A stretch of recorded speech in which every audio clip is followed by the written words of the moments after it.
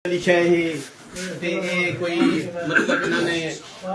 बेहयाई फैलाई हुई है इनका जवाब में सारे मुंडे ने ना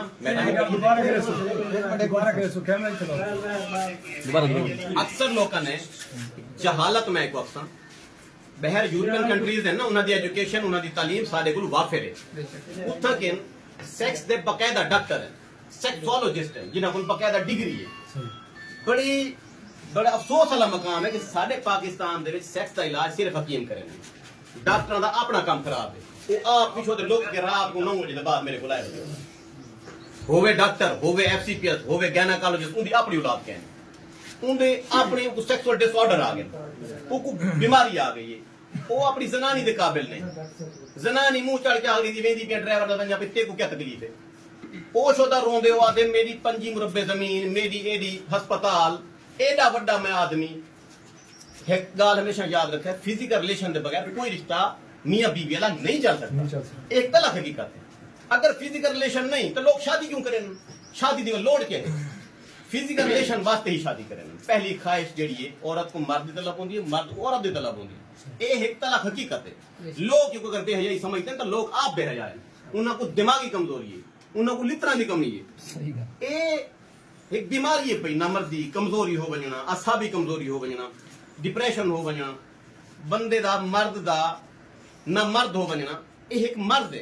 असा हकीम है साडे किताबां दे नुस्खे हैं पे प्यू डाडे को इलाज करें देन फर्क सिर्फ इतना है कि पहले लोग छप के लोग इलाज करें देन बहुत सारे लोग त्रुटवे ने घरां दे तलाक थी विना चुप चुपीते डाडा साल औरतां बर्बाद थी ना एक उनकी शादी ऐसे मर्द नाल कर दी गई औरत दी जेदा स्पर्म जीरो है नील है स्पर्म के बगैर बाल नहीं जमता ठीक है एक ऐसी औरत जिंदे एग नहीं बढ़ते मेडिकल साइंस उन्होंने चेक करवाया 4 साल गुजर गए बच्चा नहीं होया जी हुन बच्चे दिखाते जनाब थींदा जुल्म के है कि असल नुक्स होता है मर्द दे विच औरत दे पहाज पा रही थी सोकन दूजी जनानी का आइटम हम छाड़ दिता वेंदे वन के बाद तीजी जनानी का आइटम हम छाड़ दिता वेंदे मर्द को चेक की नहीं चक्कर वेंदे तू को लिबाटरी घेन के वेंदे ही नहीं मेरी मजून को खवेंदे ही नहीं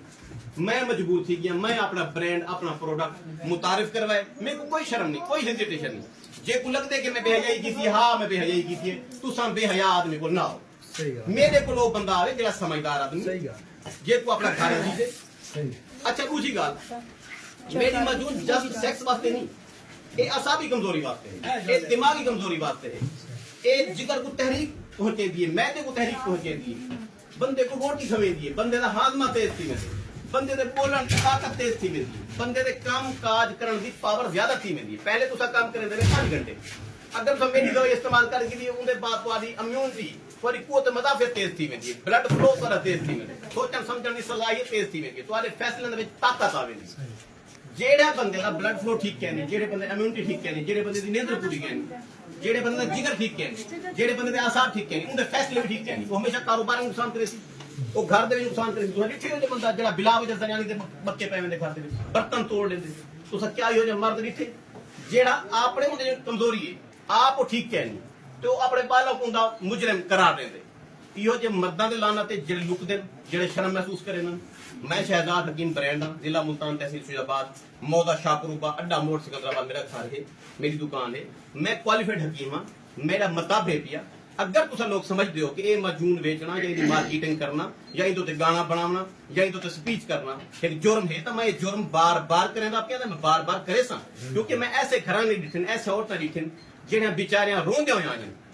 वो दिन के 11 साल थी मैं गाल ते पर्दा दित्ती वदियां केड़ी गाल ते पर्दा दित्ती वदियां कि मेरा मर्द जेड़ा है ओ जीरो है ची मेले यकीन से मरना चाहिए मौत नहीं आती पीछे पेटियां तो दे दियां अपने खानदान को दे दियां अपने वकार को दे दियां अपने हुस्न को दे दियां लेकिन मैं बर्बाद हां घर तो बैठ कदम चे नहीं हां तो मैं बद किरदार से भी नहीं खावन दा पर्दा निमी रखे दी तो उनके सामने भी मैं मुजरिम हां क्यों पर्दे की गाल रखा वो दसा नहीं दी कि इनके पल्ले की गाल कहनी कि कोई कमजोर है इनका इलाज करो इहो जे हजारा केसेस हैं जे लोग मेरे को आने इहा मजून में उनको देना एक महीने के अंदर अंदर मर्द का जरा स्पर्म है वो 40% तो बात में दे एजोस्पर्मिया ओलिगोस्पर्मिया उनका ये इलाज है टेस्टोस्टेरोन हार्मोन्स बूस्ट थे बिना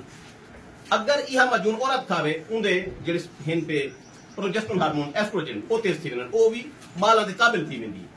तो लिहाजा ये एक दवाई है, ये एक ब्रांड है, एक प्रोडक्ट है। इनकी कदर जानते साइबेरिया वाले, इनकी कदर जानते अमरीका वाले, इनकी कदर जानते इटली वाले, इनकी कदर जानते मलेशिया वाले। इतना जहालत है पाकिस्तान दे विच, ते ई जहालत में लानत भेजना जेड़े लोग